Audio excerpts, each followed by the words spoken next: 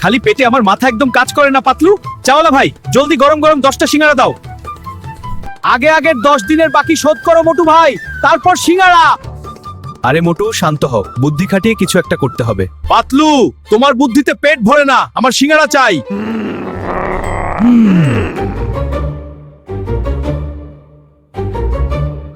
Number 1, number 2, এই নীল হীরা বিক্রি করে আমরা কোটিপতি হয়ে যাব।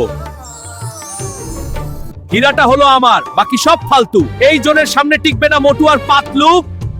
কিন্তু বস, পুলিশ তো পিছে লেগেছে, হীরাটা লুকাবো কোথায়? কিন্তু বস, ওরা এদিকেই আসছে মনে হচ্ছে। শান্ত, ওই তো মোটু, চলো আমার সাথে। মোটু, কেমন আছো তুমি? আরে জন, কি করছো? ছাড়ো ছাড়ো আমাকে।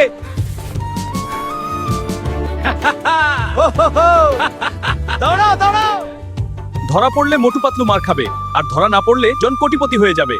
বাহ বস, কি সুন্দর কবিতা বললে। কবিতার বাচ্চা কবিতা। কবিতাকে ছাড়ো আর তামাশা দেখো।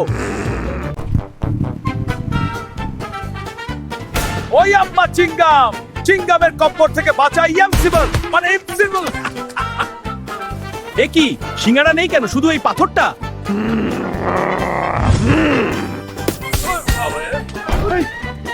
হীরাটি নিয়ে পালিয়ে যাচ্ছি।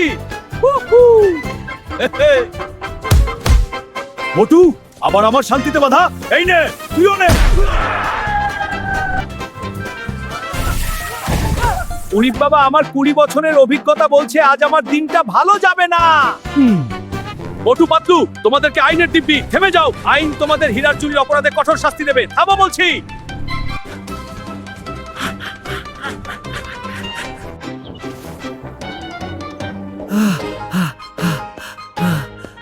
ওই মোটু, আমার বন্ধু, আমার ভাই, তোমরা এভাবে হাঁপাচ্ছ কেন? ডক্টর ঝটকা, চিঙ্গাম আমাদের পিছু নিয়েছে। মোটু, ভালো করে মনে করো তো, কিভাবে হীরাটা তোমার প্যাকেটে আসলো?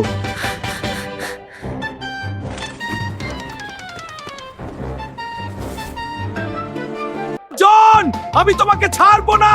আরে তোমরা একদম চিন্তা করো না, আমার নতুন আবিষ্কার রকেট বুট মোটুকে পরিয়ে দাও। এটা পরলে মোটু সুপারম্যানের মতো উড়ে যাবে।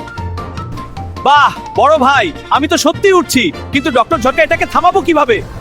ও আমার ভাই, এটা বানানোর সময় থামানোর কথা মাথায় আসেনি।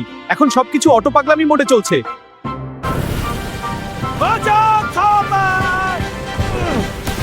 বেঁচে গেলাম। জন, হীরাটি আমাকে দিয়ে দাও।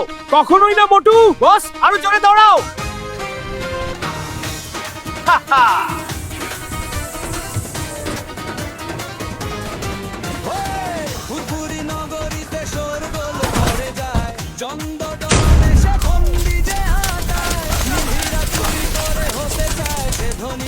ওরে বাবা, এমন করলে জন কি করে হবে? ডন,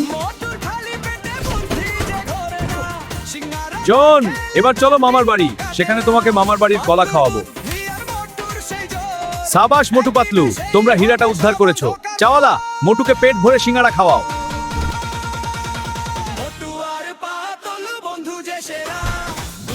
আহা, সিঙ্গারা। পাতলু, এখন আমার মাথায় আইডিয়া আসছে।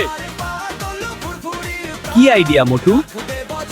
কাল থেকে আবার বাকিতে সিঙ্গারা খাওয়ার আইডিয়া। ভিডিওটি ভালো লাগলে লাইক করো আর সাবস্ক্রাইব করে দাও। আইনের দিব্যি।